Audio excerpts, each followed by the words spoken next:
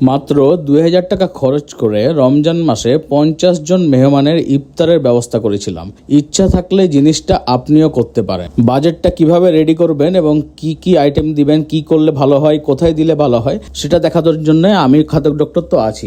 আমি বলবো চেষ্টা করবেন একটু ভাজা পোড়া কম দেওয়ার। পুষ্টিকর খাবার যেমন ডিম, কলা, খেজুর, আপেল, শসা এই টাইপের খাবারগুলো নিউট্রিশিয়াস এবং পুষ্টিগত দিক থেকে ভালো। সাথে আপনি একটু বেগুনি, পেঁয়াজু বা জিলাপি রাখতে পারেন। আমি এভাবেই আমার ইফতার প্যাকেজটা সাজিয়েছিলাম। বাট মাস্ট আপনার ইফতার যে প্যাকেজটা তৈরি করবেন সেটার সাথে 1 বোতল পানি অথবা 1 বোতল জুস এটা অবশ্যই রাখবেন। এটা পথিকেরা পেয়ে কি পরিমাণ খুশি হয় এটা আপনি বলার বাইরে। মেহমান হিসাবে আমি বাছাই করেছিলাম রাস্তায় চলন্ত পথিক একদম ইফতারের আগ মুহূর্তে, এবং আমাদের এটিএম বুথের যে সিকিউরিটি মামা বা বিভিন্ন শোরুমের যে সিকিউরিটি মামা আছে তারা, কজ তাদের বেতন অ্যাকচুয়ালি 10 থেকে 12,000। এই বেতনে ইফতার কিনবে কি বা ইফতার করবে কি বলেন? আমি বের হয়েছিলাম জাস্ট ইফতারের আধা ঘন্টা আগে, কজ এই সময় অ্যাকচুয়ালি যাদের কাছে ইফতার নেই বা যাদের ইফতারের ব্যবস্থা নেই তাদেরকে পাওয়া যাবে, এই জন্য এই টাইমটা বাছাই করেছিলাম। রমজান মাসে মানুষকে ইফতার করানোর মতো নেকি আর অন্য কিছু হতে পারে না। এবং ইফতার দিতে দিতে দেখি প্রায় আজান হয়ে যাবে, এমন সময় মামাকে বললাম তাড়াতাড়ি চলেন। মামা তার টেস্ট লাইট দিল টান। ঠিক